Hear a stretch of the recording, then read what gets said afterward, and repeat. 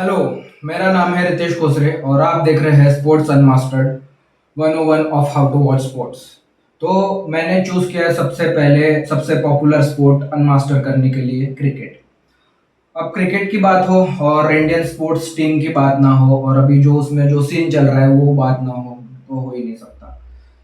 सो सबसे पहले तो I like to address the issue Rohit Sharma वाला।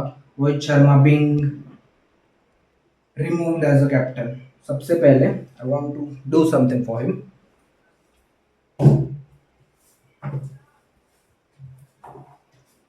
Oh captain, my captain, you will be always remembered.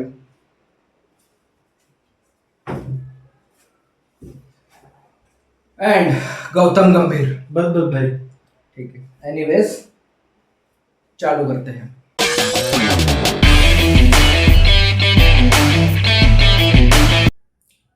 तो जैसा कि आप जानते हैं ये स्पोर्ट्स अनमास्टर्ड है और यहाँ हम तोड़ते हैं। डरो मत, मैं रूल्स की बात कर रहा हूँ। रूल्स जो कि कोई भी स्पोर्ट्स खेलने के लिए इम्पोर्टेंट होते हैं तो हम उन्हीं रूल्स को तोड़ते हैं, सिंप्लीफाई करते हैं, वो भी आसान भाषा में। हर मैच का हीरो होती है पिच। पिच जो होती है वो होती है 22 यार्ड्स की, यानी लगभग 20 मीटर लंबी और 3 मीटर चौड़ी। पिच वही एरिया है जहां पे बॉलर्स बॉल डालते हैं और बैट्समैन यहीं से चौके छक्के मारते हैं।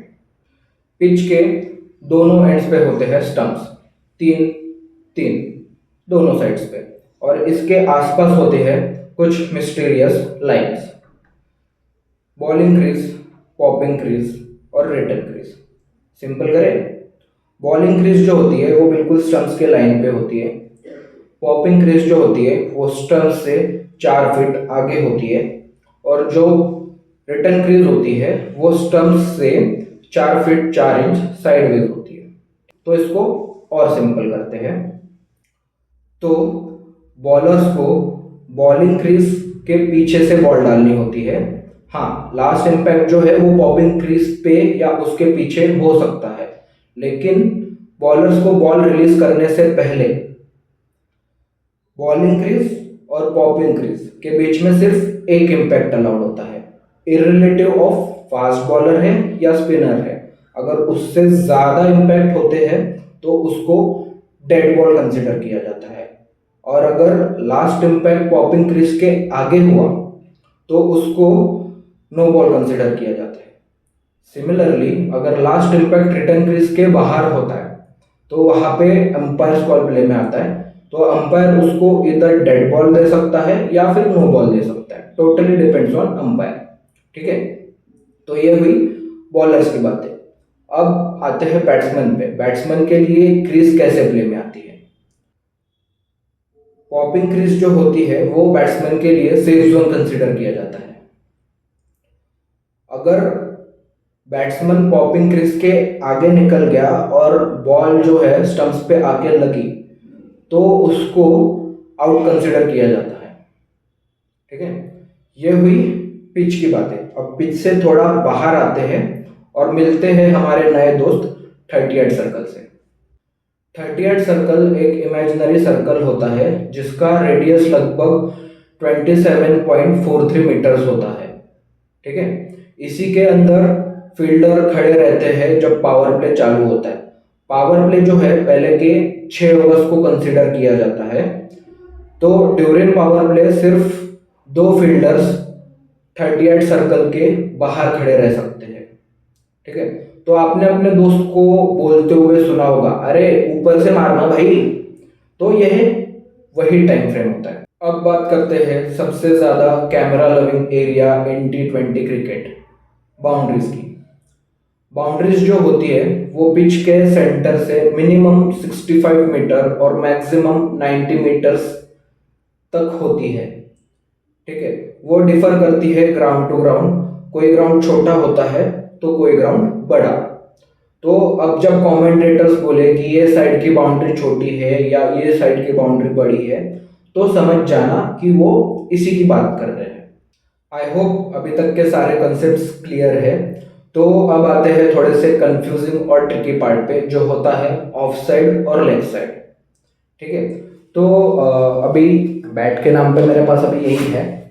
ठीक है, तो जब भी कोई बैट्समैन बैटिंग स्टांस के लिए खड़ा होता है तो वो हमेशा साइड रेस खड़ा होता है। ठीक है, तो जिस साइड वो फेस कर रहा है वो होता है ऑफ साइड, और जिस साइड उसकी बैक होती है वो होती है लेग साइड।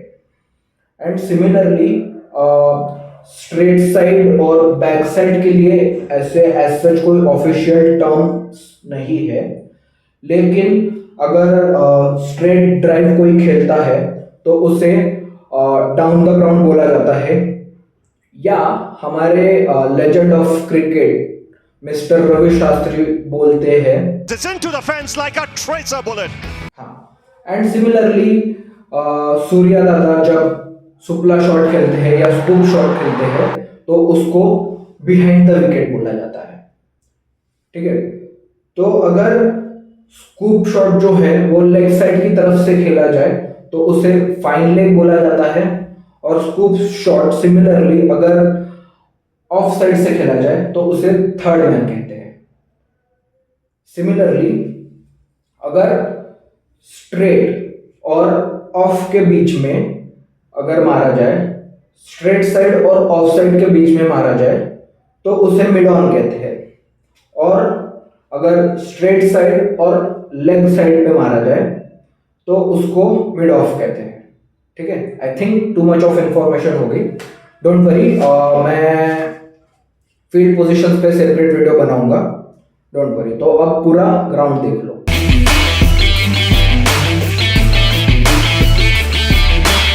लगभग इसका डायमीटर 130 to 160 मीटर्स के बीच में होता है, और जो मैंने स्ट्रेट साइड और बैक साइड बताई थी उनको एंड्स कहते हैं, और हर एंड का नाम होता है, different name in different grounds.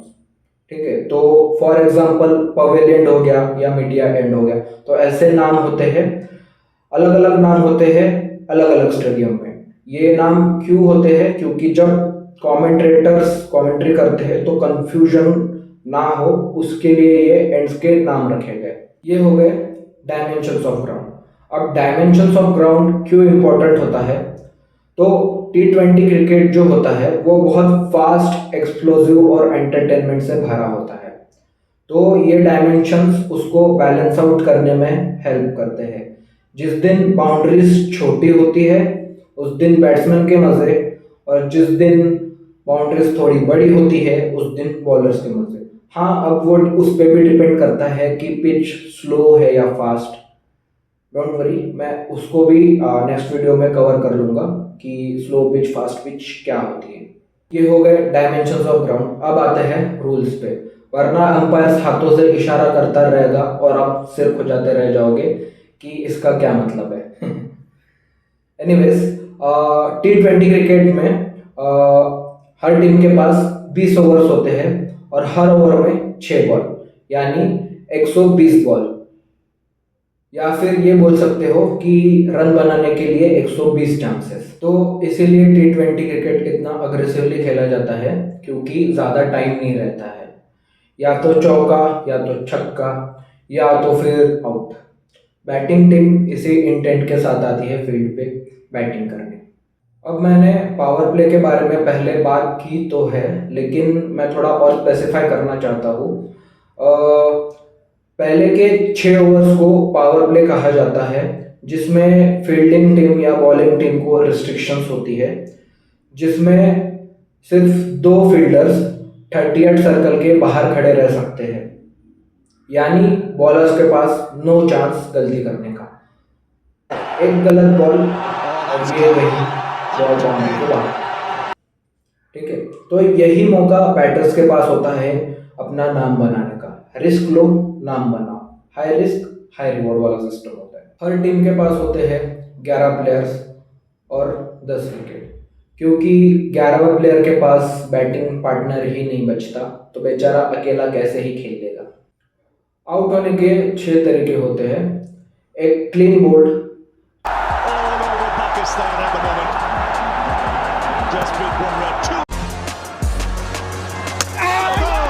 दूसरा catch out, Do something for me, Jadeja. And he does something special. Some running to do. It's a good take. It's तीसरा LBW, very full. It's been given this time. So Stark. Big shot under. He's given it. He's got 5. That's close. That's very close. I don't think that's going anywhere else but onto the stumps. That's hitting, talking to the third umpire. Yeah. चौथा run out, Quality fielding by a quality fieldsman. There you see, pick up and throw in the one motion. Bang. Up on the huge wicket of David Warner. Look at that. Well done, Bavuma. Thank you. If you can load the big screen, the decision is out. पांचवा stumped, And down the ground, Dhoni's got him. Oh, he'll be stumped. This was और छठा जो होता है वो होता है hit wicket. There it is. Here he goes. He pushes back, and he's gone. Hit wicket. अब आते हैं बॉलर के दुख एक्स्ट्रास पे। एक्स्ट्रास कई प्रकार के होते हैं और उसके लिए अंपायर डिफरेंट सिग्नल्स भी देता है। तो सबसे पहले आता है वाइड। वाइड का टीम टोटल में एक एक्स्ट्रा रन ऐड होता है। और नेक्स्ट होता है बाइस। बाइस जो होता है उसका रन डिफर करते हैं, एक मिलता है, दो मिलता है, क्योंकि बॉलर बॉल तो डालता है लेकिन उसका जो इम्पैक्ट है ना बैट्समैन के बैट पे होता है ना बॉडी पे होता है, लेकिन फिर भी उसके रन मिल जाते हैं क्योंकि विकेट कीपर उसको कलेक्ट नहीं कर पाता या फिर उससे मिसफील्ड हो जाती है, तो उसको बाइस बोला जाता है और उसका ये सिग्नल होता है। नेक्स्ट होता है लेग बाइस। आपको एलबीडब्ल्यू तो याद होगा, तो एलबीडब्ल्यू सिमिलरली जब थाई पैड्स पे लगता है और लग के जब एलबीडब्ल्यू आउट नहीं होता है और उसको लग के बॉल डिविएट होती है और उस पे बैट्समैन जो है रन भागता है तो उसको लेग बाइस बोलते हैं। तो उसके कितने भी हो सकते हैं, 1 या 2 रन भाग सकते हैं, वो जो रन है बैट्समैन के टोटल में ऐड नहीं होंगे, वो डायरेक्टली टीम के टोटल में ऐड होते हैं और उसका सिग्नल ये होता है लेग बाइस का सिग्नल। अब आते हैं बॉलर के नाइटमेयर नो बॉल पे। नो बॉल और फ्री हिट ये फॉलो करते हैं। जब नो बॉल होता है उसके बाद आता है फ्री हिट। तो ये दोनों डिलीवरीज जो है वो एवरी बैट्समैन के लिए ड्रीम डिलीवरीज होती है, क्योंकि बैट्समैन इन दोनों डिलीवरीज पे आउट नहीं हो सकता एक्सेप्ट रन आउट। और नो बॉल 2 प्रकार के होता है। एक जब पॉपिंग क्रीज के बाहर स्टेप होता है, लास्ट इम्पैक्ट पॉपिंग क्रीज के बाहर होता है तो उसको नो बॉल कंसिडर किया जाता है। और दूसरा होता है हाइट का, जब बॉलर बॉल डालता है और उसका डायरेक्ट इम्पैक्ट जो है वेस्ट के ऊपर होता है तो उसको हाइट का नो बॉल कहा जाता है। तो मैं एक और चीज़ वाइड में ऐड करना भूल गया कि जब वाइड एक और बार देता है अंपायर, जब बॉलर बाउंसर डालता है और वो उसके हेलमेट के ऊपर से निकल जाता है बॉल, तो उसको भी वाइड कंसीडर किया जाता है। ये होते हैं बेसिक रूल्स। अब आते हैं एक T20 गेम का आइडियल फ्लो कैसे होता है उस पे। आइडियली एक T20 गेम 2 टीम्स के बीच में खेला जाता है और मैच चालू होने से पहले फील्ड पे दोनों टीम्स के कैप्टन आते हैं टॉस करने के लिए। तो एक कैप्टन को कॉइन दिया जाता है टॉस करने के लिए और दूसरा कैप्टन उसको गेस करता है हेड्स होगा या टेल्स। अगर गेसिंग कैप्टन ने करेक्टली गेस कर लिया तो उसको चॉइस मिलती है कि वो बैट करेगा या बॉल। अगर वो करेक्टली गेस नहीं करता है तो चॉइस जो है जो कैप्टन टॉस कर रहा था उसके पास चली जाती है, तो उसको चॉइस मिलती है कि वो बैटिंग करेगा या bowling.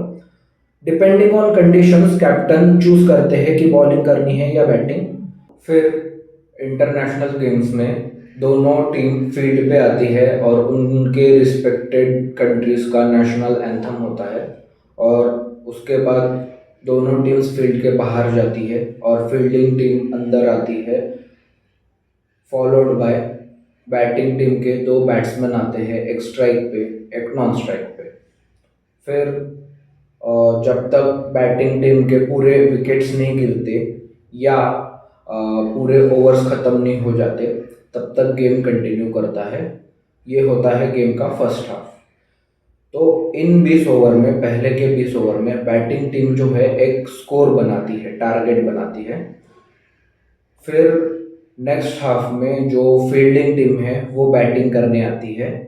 And until and unless जो पहले बैटिंग कर रही थी टीम जो अभी फील्डिंग कर रही है वो जो चेस करने आई है टीम उनको ऑल आउट कर देती है तो मैच वही ख़त्म हो जाता है।